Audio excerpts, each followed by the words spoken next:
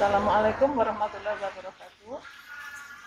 Pada pagi hari ini kita praktikum garing kimia pangan dan saat ini kita akan mempelajari tentang reaksi pencoklatan atau yang dikenal dengan reaksi Browning, di mana reaksi pencoklatan ini merupakan pokok bahasan dari protein. Adapun tujuan praktikum reaksi pencoklatan atau Browning ini adalah mahasiswa diharapkan mampu mengetahui reaksi Browning non-enzimatis dan dalam bahan pangan yang terdiri dari reaksi karamelisasi, reaksi Maillard, dan reaksi vitamin C. Kemudian yang kedua, mahasiswa diharapkan mampu mengetahui Browning enzimatis yang terdapat di dalam bahan pangan. Dan yang ketiga, mampu mengetahui cara menghambat terjadinya reaksi Browning enzimatis yang ada di dalam bahan pangan. Dasar teori daripada reaksi Browning ini banyak terjadi di dalam bahan pangan. Reaksi Browning ini bisa dikehendaki, tapi lebih kebanyakan tidak dikehendaki. Di dalam bahan pangan ada dua jenis reaksi Browning. Yang pertama adalah Browning non-enzimatis, dan yang kedua adalah Browning enzimatis. Browning non-enzimatis adalah Browning yang tidak melibatkan kerja daripada enzim.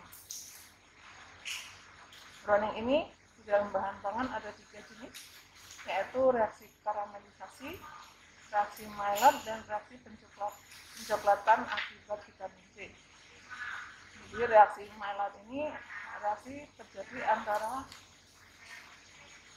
perubahan di komposisi dari sukrosa yang dipanaskan sehingga melewati titik lelehnya, dan dia akan berubah menjadi suatu senyawa kultural yang bersifat berwarna coklat. Sedangkan reaksi Maillard, reaksi ini banyak terjadi oleh adanya reaksi protein dan karbohidrat, adanya reaksi antara gugus amino dan senyawa karbonil, yang dia akan menghasilkan warna kecoklatan. Sedangkan pada reaksi pencoklatan vitamin C, jadi vitamin C bisa sebagai antioksidan, bisa sebagai memicu terjadinya reaksi Browning. Sedangkan untuk Browning enzimatis ini biasanya disebabkan karena adanya suatu senyawa enzim di dalam bahan pangan, yaitu dikenal sebagai enzim fenolase. Enzim fenolase ini akan mereduksi atau beroksidasi dengan oksigen, dan dia akan menyebabkan warna kecoklatan. Ini banyak terjadi kita jumpai pada buah apel, kemudian buah salak, buah pisang. Apabila kita potong, kita biarkan pada udara terbuka, maka akan terjadi reaksi pencoklatan. Nah, adanya senyawa-senyawa fenolase ini yang mempercepat terjadinya pencoklatan. Dan ini kurang dikehendaki pada proses pengolahan pangan. Nah, biasanya nanti ada beberapa cara mencegah terjadinya Browning. Salah satunya adalah dengan menggunakan perendaman vitamin C, kemudian juga menggunakan pemanasan atau dikenal sebagai blanching. Baik, kita masuk pada bahan dan alat. Untuk bahan dan alat, bahan yang kita gunakan nanti adalah buah salak, buah apel, buah apukat, buah pisang, kemudian kentang, gula, sukrosa, glukosa, dan fruktosa, kemudian aquadex, minyak goreng, asam amino, glisin, kemudian glukosa. Ini asam aminoglisin ya, kemudian adonan tepung yang kita buat adonan, kemudian asam askorbat, asam sitrat, kemudian pelarut K2D4, tepung terigu, yeast, gula, garam, mentega, dan kertas saring. Untuk alatnya yaitu tabung reaksi, dandang, pisau stainless steel, panci, hot plate atau kompor, gelas ukur, gelas piala, cawan Petri, spektrofotometer, oven, corong Wagner, rak tambung, serta pisau besi dan pisau stainless steel.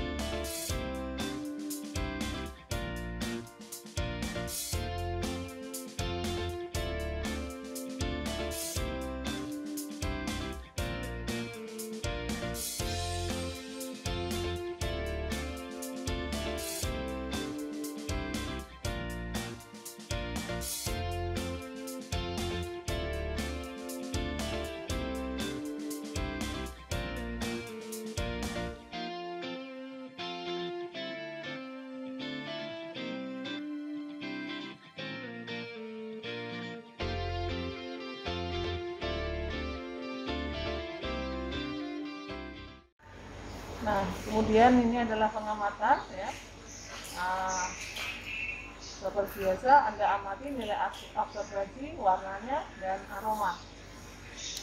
Kemudian sama ini juga urutan pencoklatan, urutkan, kemudian warna dan aromanya, kemudian pencoklatan adonan, urutan pencoklatan, warna dan aroma, kemudian pencoklatan enzimatis, Anda amati absorbensi dengan menggunakan spektro, kemudian warna secara visual. Kemudian yang kelima, Anda amati warnanya. Atau Anda lihat misalnya browning, kalau sangat browning sekali tulis ++4 atau ++3 gitu. Nah, kemudian buat laporan seperti biasa, formatnya judul, tujuan praktikum, data pengamatan dan perhitungan jika ada, kemudian pembahasan, kesimpulan, daftar pusaka, dan jawaban pertanyaan yang ada di BKPM. Nah, demikian pengarahan praktikum reaksi browning ini. Untuk selanjutnya kita akan melakukan praktek untuk membuktikan reaksi browning yang ada di dalam bahan pangan. Saya tutup pengarahan ini dengan bacaan hamdalah. Wabillahi taufiq wal hidayah. Wassalamualaikum warahmatullahi wabarakatuh.